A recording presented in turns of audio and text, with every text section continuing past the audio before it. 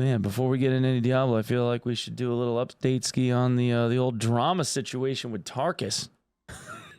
We'll do a little background thing. So this got posted by Nikita. I did a video about this already, but this got posted by Nikita tail end of last week. What was this, Saturday? Thought it was going to be a quiet weekend. Apparently not. Logical, he posted a screen cap of Logical on his own personal Twitter, saying it goes beyond all limits. What should I do with him? Talking about how Logical was asking for people to give him some info on the ETS server, which apparently Logical got voted off the island like I did for talking about something that had to do with ETS, and he got whacked. Anyway, that turned into a PSA that they put out 2 hours later talking about data mining. And there was some verbiage in here that's specifically related to stuff that Logical Solutions shares when he talks about boss spawn rates and quest rewards and stuff like that, which I can understand. Like on the side of the task reward stuff, it makes sense.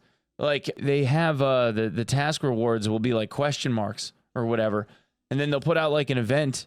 And then the event quest will be like, kill 30 of these, the Bloodhound guys, for instance. And 2 minutes later, Logical had posted a thing about how it was given 762 BP or whatever. And that, it kind of takes like the mystique out of it. And then, what's the point of the race? Now, there are people that want to know that stuff. And personally, I could go either way. It doesn't really bother me. It's not like I have any stock in the game right now. Like I haven't been playing it for like 2 months. I still love the game, obviously. I'm going to play it, but I can see the point. At the same time, though, it seems like it's awful harsh of a punishment when you could just work with the guy or like be a little bit more forthcoming. And not for nothing, BSG's got a really long history of not sharing information with anyone about anything and trying to keep everything secret.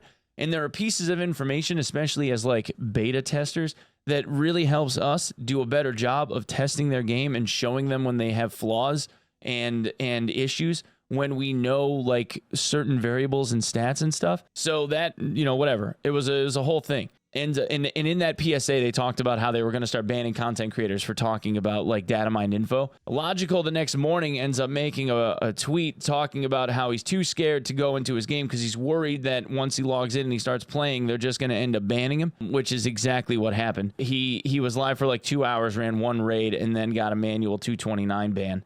So that was sweet. It turns out that the reason why, in a conversation that he actually got to have with Nikita, because in this originating tweet that Nikita made, Logical ended up responding and saying like, well, if you'd fucking talk to me, maybe it wouldn't be such a big deal. I've been emailing you and sending you Reddit messages and Telegram messages constantly, and everybody ignores me. Because they are. He's been banned from OEFT. He's been banned everywhere.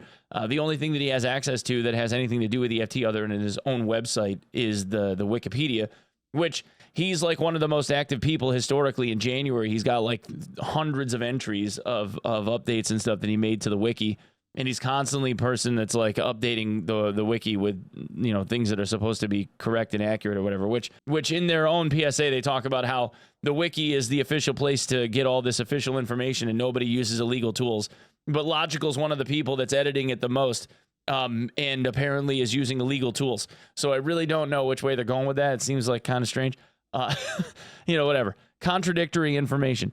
So in this screen cap that Logical shared, it shows that on his own stream, Nikita showed a couple of screen caps of him showing Git logs of changes. Because what they do when you're quote unquote data mining, all they're doing is taking a snapshot of the file structure and what's inside of it versus whatever comes out new, and they're doing comparisons to see what changed, and that's it. And then they just list whatever the changes are if they're relative, if they figure that they're relevant. So he got banned for showing this log from back in January of different change logs that they had been pulling, and then the variables associated, right? And he's like, well, that was from January, but they talked about how if you shared information having to do with Tarkov and data mining, it didn't matter if it was old or not. If you shared data mining information, you were going to get in trouble, and so then they banned him. That turned into him talking to Jake Lucky, Logical, talking to Jake Lucky, where he ends up posting this tweet about how there's a story developing against Battlestate Games because somewhere in there, apparently, they were going to talk about the data mining, and he said that he was getting an interview done,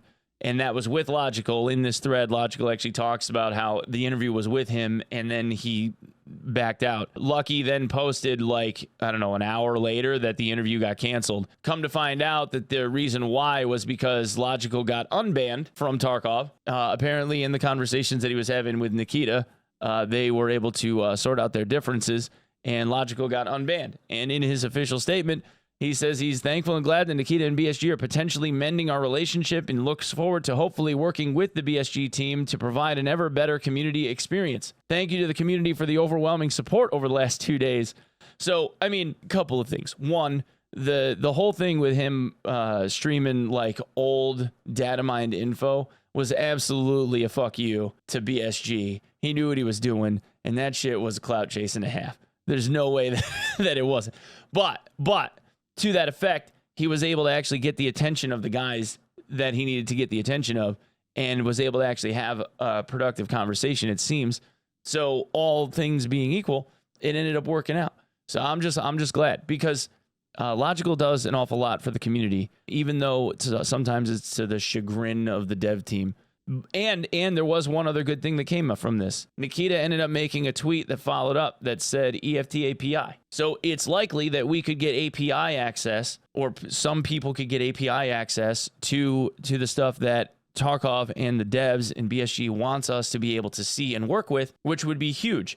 Because when you have API access, the devs get to control what amounts of data get shared, what amounts of data are things that the player base can use, and it turns into really fun and interesting things like widgets and extensions that can be used with Twitch, for instance, where people can then see like what kind of gear is the streamer running, and what do they have in their inventory, what kind of ammo are they using, what do their stats look like. Right? There's a whole, like for tournaments, you could see like leaderboards and you know, KD ratios. All of those interesting pieces of information can be things that people can turn into like infographics and auto-fed data, all kinds of shit that would be very, very useful, not only to us as testers, but also to viewers and people that want to make tools. Like there's a lot of good stuff. Plus, like, this could easily turn into like, how nice would it be if you could like have a mobile app that would allow you to grab your insurance while you're not at your PC, right? Like you haven't been logged in for 2 days because you've been busy and you're at work and you're like, oh yeah, right. I got a DVL just chilling in my insurance claim that I'm probably going to miss if I end up going another 8 hours. You could pull that from your phone and put it in your stash. Like that would be kind of huge, as long as there's room, right? Like that would be massive. You know what I mean? Or like being able to send out scavs on scav case runs. You know what I'm saying? Like all of those like passive things, like start crafts in your hideout. Like all those little passive things that you could do like when you're not sitting there would be kind of huge. Maybe not necessarily being able to buy stuff off of the flea market, but being able to like look at it, you know? Like any of that stuff would be very much worthwhile. You know, I think it would be nice. So through all of the dramatic roller coaster of whatever this is, and like the outrage on both sides. By the way, go the fuck outside. With the outrage on both sides of this, it seems like there could be some really good, like potential positive stuff that comes out of this, right? So yeah, there's the drama update for everybody. Good times.